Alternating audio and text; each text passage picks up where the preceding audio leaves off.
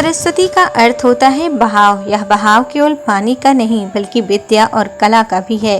यही वजह है कि इन्हें विद्या और कला की देवी भी कहा जाता है। सरस्वती के द्वारा विज्ञान, संगीत और कविताओं की रचना की गई है। ऋग्वेद में सरस्वती को दैवीय नदी की भी संज्ञा दी गई है। साथ ही इन्हें पवित्रता और उर्वरता की देवी भी कहा गया है। सरस्वती को अन्य नामों से भी पुकारा जाता है, जिनमें बागेश्वरी, सत्यरूपा, ब्राह्मी, पृथ्वीधर, वाग्देवी, विरजा, शारदा आदि नाम हैं इनके। दोस्तों, हिंदू धर्म से जुड़े पौराणिक इतिहास पर नज़र डालें तो कई ऐसी कहानियां सुनने को मिल जाएंगी जिनसे अभी तक आम जन वाकिफ नहीं है। विस्तृत इतिहास होने की वजह से कुछ घटनाएं छूट जाती हैं तो कुछ नज़रअंदाज कर दी जाती हैं। इन्हीं कहानियों में से एक है सृष्टि के रचयिता ब्रह्मा का अपनी ही बेटी के साथ विवाह करने की घटना। यह बात तुम सभी जानते हैं कि त्रिदेव के हाथों में ही इस सृष्टि की बागडोर समाहित है। ब्रह्मा के पास सृष्टि की रचना का दायित्व है तो विष्णु के पास संरक्षण का। वहीं देवों के देव कहे जाने वाले महादेव शिव को विनाश का जिम्मा सौंपा गया है।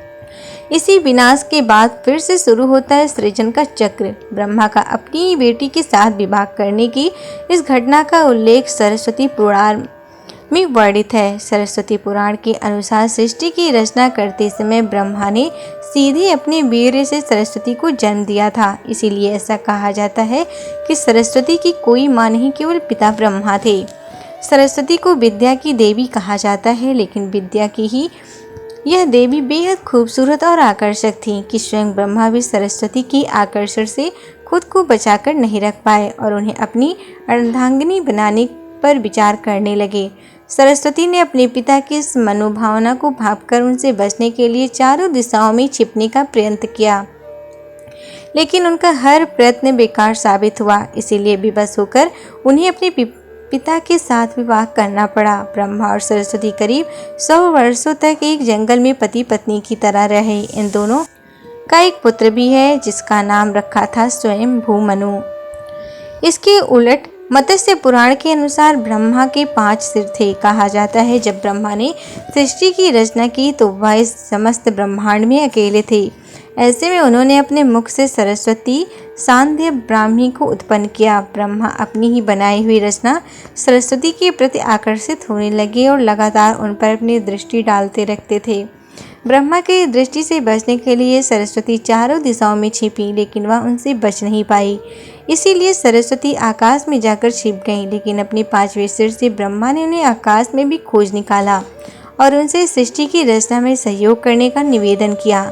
सरस्वती से विवाह करने के पश्चात सर्वप्रथम मनु का जन्म हुआ। ब्रह्मा और सरस्वती की यह संतान मनु को पृथ्वी पर जन्म लेने वाला पहला मानव कहा जाता है।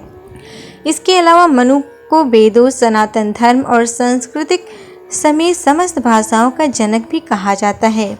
प्रजापति ब्रह्मा का अपनी पुत्री के प्रति आकर्षित होना और उसके साथ संभोग करना अन्य सभी देवताओं की नज़रों में अपराध था। सभी ने मिलकर पापों का सर्वनाश करने वाले शिव से आग्रह किया कि ब्रह्मा ने अपनी पुत्री के लिए यौन कांक्षाएं रखी, जो कि एक बड़ा पाप है। ब्रह्मा को उनके किए का फल मिलना चाहिए। क्रोध में आकर शिव ने उनके 5 सिर को उनके धड़ से अलग कर दिया।